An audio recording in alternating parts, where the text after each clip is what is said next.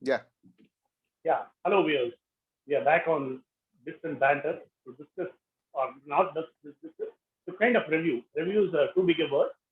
Discuss the film Drishyam 2 Resumtion, which is, of course, the sequel to the much acclaimed and big blockbuster in Malayalam of Drishyam. Drishyam 2 is straight on the OTT. It is running on Amazon Prime. Both me and Raj have watched this movie.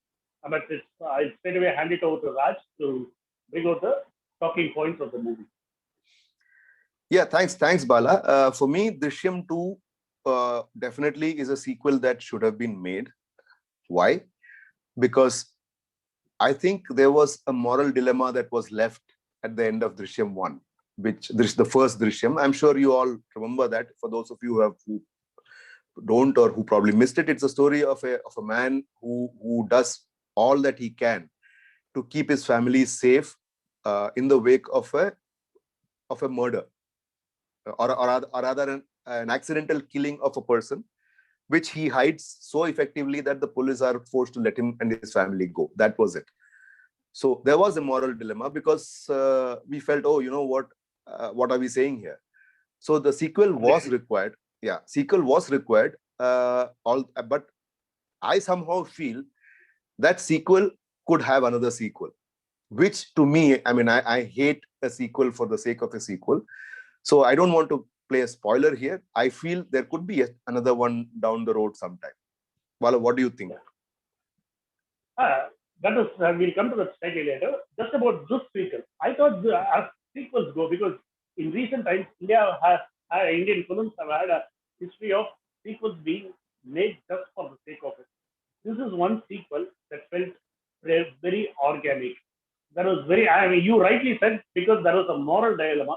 This moral dilemma is actually taken further, and it is dealt with in a manner that was very convincing, and it is also gripping.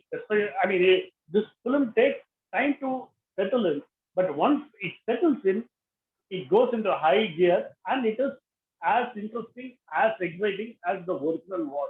I mean, you at least I felt it. It is. I mean, I should clarify it by saying that it is my view. I found it very organic, very, I mean, very focused. Without, I mean, the director didn't go overboard with the directorial flourishes or the heroic flourishes. That he didn't do. It was very natural, very subdued, and it kind of, this subtlety is what fits the movie to a T. Yeah, so I will go with that one word you mentioned, subdued. That was the key to the movie. It was very subdued. You don't have this flashy revelations. You don't have this big this thing. So to be honest, I could see I figured out this. I mean that characters who were randomly thrown in during the movie were not random. I mean, I don't think it takes too much of intelligence Exactly. to figure that out. There are key because of the actor's significance. You know that the actor doesn't sort of do what do you call walk through roles or whatever they call it. So that is one. And second thing is that, I mean, there is the relevance is sort of obvious. So there were no major like you had in the earlier movie where the last scene was telling. So there were no major revelations there. What I liked about the movie was that the central theme of the movie is that moral dilemma.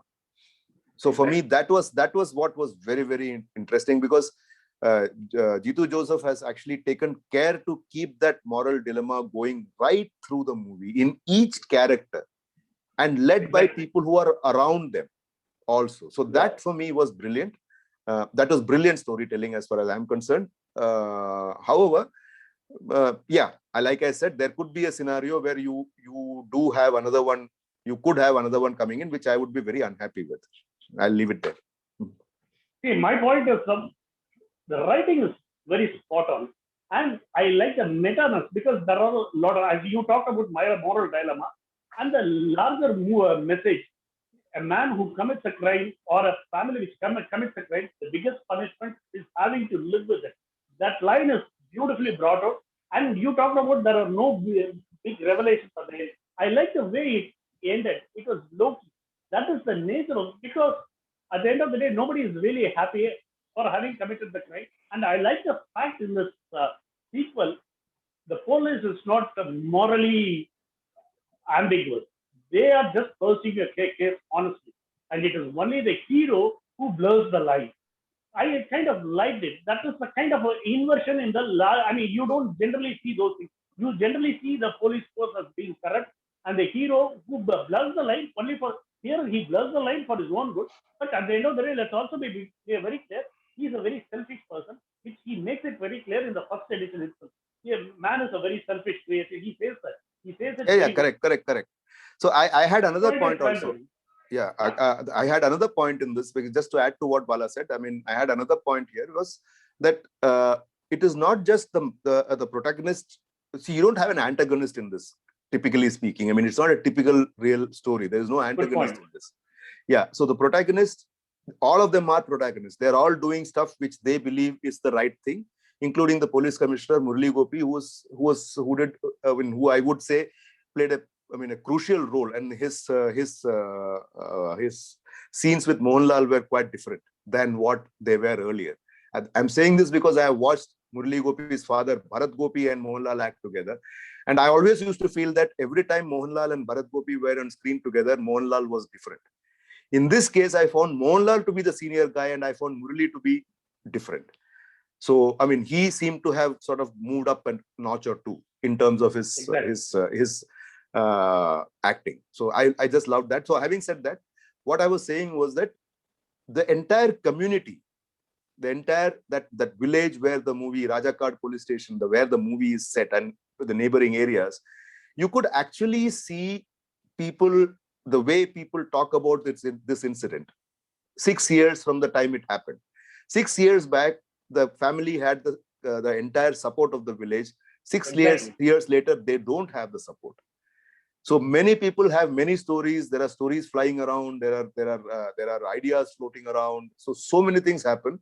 And here is this guy who is very silently and studiously avoiding everything for a purpose. And the purpose is what you come to see when the revelation happens eventually, which we will leave it for you to watch and check. Yeah, because talking about the small town people, that's how things really happen. Because 6 years, because things get, I mean, this is how what started this. They become well-founded rumors and become urban legends. And especially a person who has slightly grown successful in life, all the kind of rumors kind of attach themselves to. And that's what happened. So that's why I said the transformation is very organic, and that's why the sequel works pretty organically too. So for me, it is a watch, Raj. Well, definitely, it's a watch. I mean, I would see. Like I said, my first sentence was that this is a sequel which should have been made. I think, Bala, that answers your point also, because there are so many sequels which shouldn't have been made. This is a sequel which should have been made, and this is probably, which is why I'm saying there is a slight ambiguity left at the end. I mean, it's heavily ambiguous. So I won't say Jeethu Joseph will make one. I would rather hope he doesn't. I think that is my final word on it. For me, it is a 4 out of 5. If you want, I mean, definitely watch. So why I'm saying 4 out of 5 is I think that is the number I give sequels normally. I wouldn't give it a 5 out of 5 because Mohanlal is adequate. No. There is nothing beyond the Mohanlal we know over the years. And younger than the George Kuti of Drishyam 1. That's very interesting. Sorry, come again. I didn't get that. In terms of physical look, he actually looks slightly younger than the George Kuti that we so let saw us not go there. Let us not go there. Malayali audiences know where that came about, so we'll leave it there. I know. Yeah. I know, but I mean, off the cuff, I mean, you need to be. I mean, it should not be a show that is all too serious. We need to make slight off the cuff remarks. And in general, the acting was pretty adequate. I kind of like the way the entire husband and wife relationship structure between George Kuti and Rani, which is played by Veena. That was pretty interesting. And in general, as you said, what is the commissioner's name? He was very adequate. Murli Gopi.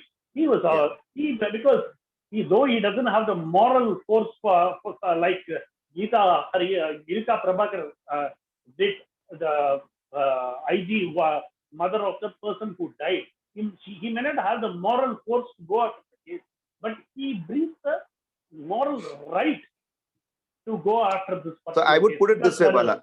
Yeah, I would put it this way, Bala. I mean, I would have hated for Geeta Prabhakar to come back into the forces and take up this investigation, because that would be a true Indian cinema. To me, Exactly.